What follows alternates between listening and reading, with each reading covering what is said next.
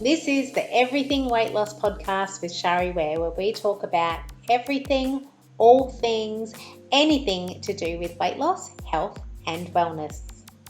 So today I have Aldwyn Altuney, who is a mass media marketing expert with me today. She's known as the Media Queen. She's a TV host, speaker, photojournalist, and author of multiple international best-selling books. Now, you might be wondering why I've got her on the show today. Well, I promise you there is a very good reason for it. But first of all, let me welcome you to the show, Aldwyn.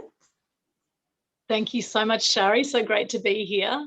Thank you. I'm excited to have you on here because it's a very special topic today. But the first thing I'm going to ask you is, what's your story? What do you do and why do you do it? Excellent question. Thank you, Shari. I'd love to share that. So my story is I grew up in Sydney in Northern Beaches area. I've got Greek, Turkish and Ukrainian background. And so as a child, I was actually bullied as a kid and I never felt that I belonged growing up in Sydney. It was a very strong Anglo-Saxon area. They didn't really understand people were from Europe or from anywhere other than, Australia. And I just felt, even though I looked Aussie, my name was different, the food I took to school was different. And so growing up, I became very rebellious and I actually was very self-destructive for many years and had depression growing up.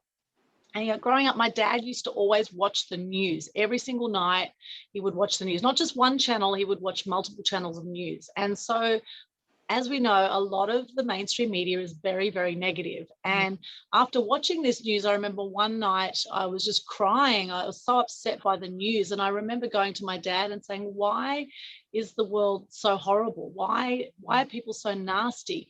And, he hugged me and he said, well, that's just how the world is. And so I grew up thinking that the world was a miserable place and that people were very nasty and why would I even want to be here? And at 6 years of age in Turkey, I befriended a sheep that was at my grandma's place.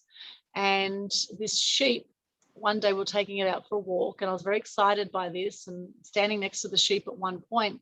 And then these three guys grabbed this sheep and dragged it onto a concrete block and cut its throat in front of us. And I was also horrified by this. And I would say my innocence was lost in that moment. And then I remember trying to help the sheep and it was squealing and it didn't die quickly. And my dad held me back. And I remember running to the side of the road and just bawling my eyes out. And so at 6 years of age, I lost my innocence there. I was bullied as a kid, then coming back to Australia after going to Turkey. The kids also picked on the fact that I went to Turkey. They didn't know what turkey was. They thought it was a chicken. And, it was just really horrible upbringing. And, what that sheep incident, what actually happened there was, it was a Greek Orthodox tradition that when family come from a long way away, they sacrifice a sheep and they give the meat to the poor village people because it was the first time in 10 years that my parents had been back to Turkey. They migrated in 1970 from Turkey. And my heritage before that, interestingly, I've got a Ukrainian granddad and Ukrainian great-grandparents on my dad's side, and they were actually kulaks in Ukraine. And when Stalin went and killed off a whole lot of kulaks or rich landowners when they turned it communist, my great-grandparents were on their land. They were farmers, and the Stalin's men went to their door and said, get off your land. And they said, well, it was minus 20 degrees outside, where are we going to go? And they took them out the front of the house and they hung them at the front of the house, my great-grandparents. And then my granddad, their son, was in another part of the Ukraine at the time and started to speak up about this in horror. And then his friends came to him and said, you better get out of here now because now they're coming to kill you as well. And so he ran away to Turkey and met my dad's mum, who was Greek. So that's how I've come to have Greek, Turkish, Ukrainian blood. And why that story is really important is because we scientifically has proven we have the DNA of 7 generations in our blood. Now, what I do now is I help people speak up, right, and step up in life. And so I have in my heritage family that have been killed for stepping up or running for their life in fear of speaking up.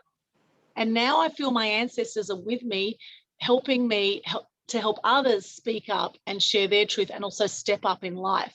However, it's been quite a journey to get to this point now and run my media business as I do now on the Gold Coast. I do workshops teaching people how to get free publicity. I'm passionate about inspiring truth and good news. It's taken quite a journey to get to that. However, from going back to watching the news very depressed, my dad always said anger is danger.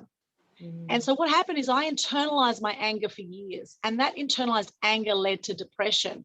And then many years later, I've had 4 friends now have taken their own lives by the age of 45. Wow. And the stats are 1 million people a year worldwide are taking their own lives. And during COVID, this number has gone up even more. Yeah. So very passionate about inspiring truth and good news. And so what I did in line with that, after years of actually working in the media, I ended up doing a media degree after rebelling and getting kicked out of home at 15. I went from ducks at my primary school to failing everything in year 11, moved into a crazy household in Sydney. Saw my boyfriend sleep with my best friend in front of me at 16. And then I was in tears, called my mum up and said, I can't handle this anymore. Went home. I was at Mossman High School in year 11 at that point. And she said, come home. And then I changed schools, went to Forest High School in year 12, changed my environment, worked my butt off, got into a media degree and turned things around. So I've had the real up and down, especially through my teenage years, being very destructive. I was a big smoker, a big drinker, got into drugs. I was very self-destructive. I did not want to be here. And, after finding my way through the media, I found this love of the media from an early age. Because also very young, what I did do to release my aggression in some way, my anger, was I played table tennis. And my dad actually introduced me to table tennis at the age of 8. And I had this killer forehand smash, and I became very good at table tennis. I actually ended up representing Australia for 6 years as a top junior table tennis player in amongst that period. So my first media experience was actually at the age of 10. And we had the Manly Daily that came into our place at North Bargalla in Sydney, and up on the ladder, I remember the photographer getting up on the ladder, and he was looking down at me with my bat at the table, and I looked up, I thought, wow, I'd love to do something like that one day. And and then I was on Cartoon Connection at age 11, and I remember being in the studio in Sydney, and the TV host looked at me, and there was this massive camera in front of me. There was about 20 people in the studio. We had a table tennis table behind us. And I remember the host saying to me, just don't think of the 2 million people watching this right now. And so clearly I freaked out. I thought of the 2 million people watching this right now. It was the worst interview ever. But what did happen in the studio that day is that my brother and I got on the table tennis table behind us, and we started playing forehand to forehand, and we just kept that ball on the table, and that wowed them. They loved that in the media. They thought that was amazing. And that's the thing, a lot of people do things in life where they have this competence, but they're unconscious about their competence. They've got this unconscious competence, right? There's things we do every day in our lives that people can look at it from the outside and say, wow, that's amazing. How do you do that? But you don't think it's amazing because you do it all the time. Yeah. Right. And so what I do now is I help find that for people. I help find the gems of people's story, and I help package that up in a way that journalists will report about someone's story for free. And so people aren't wasting money on advertising. They get free publicity, and they're able to share their story, build their fame, fortune, freedom, and leave a legacy. So that's kind of a quick snapshot of my past and what's led me to do what I do now. And being really passionate about truth and good news, what I did in line with that is I started a Good News Day on the 8th of the 8th, 18, to inspire more good news. And during COVID, in June last year, I started the Global Good News Challenge, which is Facebook Live challenges where people share gratitude and good news. So every month we have different challenges. The next one is coming up from May 3 to 7, 2021. It's a 5-day challenge, and people can start the challenge anytime within the 5 days. And all they do is they just share on Facebook their name, what they do, 3 things they're grateful for, and a piece of good news. And in some small way, by people sharing that, it's amazing how powerful it is when you share gratitude, not just write it down or think about it, but actually share it and speak it out, speak out gratitude, and how you attract people into what you do and into your next message, which is sharing good news. So a lot of people are actually using it to promote themselves, and they've been getting clients out of it. And all sorts of amazing things are happening, lifting the energy of themselves and those around them. Yeah, and that's really why I wanted to have you on the podcast today, was because I know from my own journey and helping other people that Gratitude is such a big thing when it comes to our health and wellness. And it's not that people are ungrateful. It's just that so often people are so focused on the negative because it's basically thrown in our face at every turn. If you're watching the news, I actually don't watch the news for that reason. But if you are watching the news, most of it, unfortunately, is negative. There's a lot of negativity on social media at every point in our lives, especially probably more so at the moment with everything that's going on. There seems to be a lot of negative things. And when people are focused on that, that's all they see. And it impacts their health and well-being. I mean, you know from your own experience that, you suffered from depression and things like that and that was part of it. So when I heard about your Good News Challenge and people sharing good news and gratitude, I just loved that concept because that's something that can really help people, and it starts a ripple effect. It causes a ripple effect. You impact one person's day. Sometimes you just have to smile at somebody, and that can absolutely make their day and then flow on to so many other things. So thank you so much for sharing your challenge with us. I'd love to know, if you had a superpower, what would you say that is? I'd say there's two great superpowers that I have.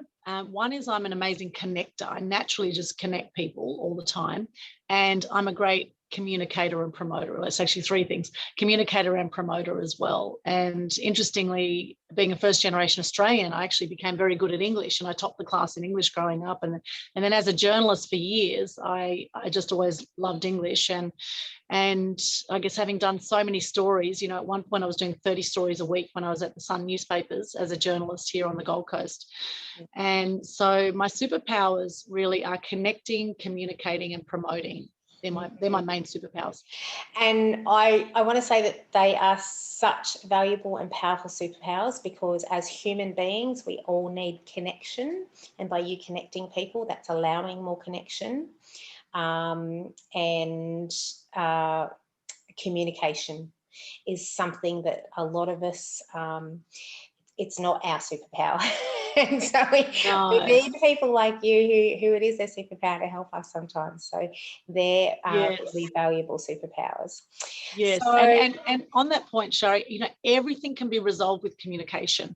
I think communication is actually the number one skill that we can learn, because a lot of dramas in life happen because of misunderstandings. It could be misunderstandings through text or email. Just get on the phone with someone, have a chat, or even better, face-to-face, talk things through. Everything can be resolved with communication. And I really do believe that we could bring world peace. World peace could happen if people just communicated and were just straight with each other, instead of worrying about what other people think. And it can be straight, and you can be to the point without being rude, right? And that's the art of communication, being able to communicate your needs and your wants, and what you like and what you don't like, whether it's a personal relationship, whether it's in family, or whether it's in the wider community, whether it's in business, right? It's fascinating, how many people, and actually quite tragic, how many people don't talk to family members because of some disagreement that happened 20 years ago. And you hear of a lot of people haven't talked to family members for years because of some misunderstanding, or because they've got some idea in their mind that person is a certain way. Or that something means something that it didn't. Yeah, that's right. They took it to heart, or that's right. They made it mean something, because that's the thing in life. Stuff happens and we make it mean things all the time. And whatever we believe to be true, we will keep attracting into our lives to prove our story of what we believe to be true. And we'll keep looking for that in other people. If we believe people are a certain way, we will one little thing they say, oh, see, they're that way. See, they're selfish, or see, they're arrogant, or see, they're, we'll look for evidence. Yes, and that is exactly how it is. That is what the human mind does. That's what we're designed. That's part of our makeup. But it's about being aware of that and knowing that that's a thing, and then taking it to the next step. So that's awesome. Yes, and on that point too, the communication we have with ourselves is so important on that point too. What do you say when you look in the mirror? You know, do you say, gee, you're looking ugly, or gee, you're getting old, or gee, you know, or do you say, you are amazing, I love you, I truly, truly love you, I am so grateful for you and all the challenges. You know, you're there with yourself from the beginning and you're there with yourself at the end. And that communication you have with yourself is crucial, because hurt people hurt people. Absolutely. And if you are hurting yourself with your communication and your language, no doubt that will spill on onto others. And at the same time, if you are grateful and love yourself, my love heart here, then you will express that love to others. So it starts with us as the individual to bring that love from within and share that without. You have hate and anger on the inside, it will spill out and it will rub off in a negative way. Yeah, it definitely has to start with us. It has to come from within. So that's beautiful. So what I will do is I really would love everybody to jump on board with the Good News Challenge, and I'll be putting all of the details in the show notes for you to be able to join in with that. I'll also put in any links to connect with Aldwyn further. If you would like to do that, I highly recommend it. Now, before we go, Aldwyn, I just want to ask you one last question. What would be, if there's one thing that you want people to know after listening to this episode, what would that one thing be? I would love people to know that they are amazing and that anything is possible for them. Because, you know, just by being born, you are 1 in a billion just by being born. You've beaten a billion swimmers to get to the finish line just by being born. You are extraordinary. Anything is possible. And I encourage you to embrace what you love in life.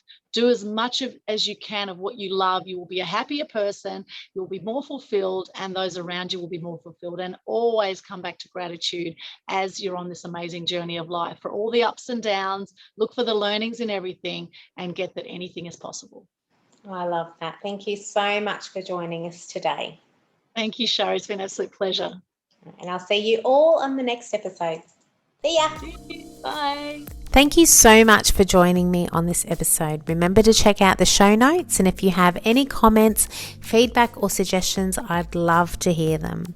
If you've received value from this podcast, make sure to subscribe, and I'd love you to rate and review the show. Have a fabulous day.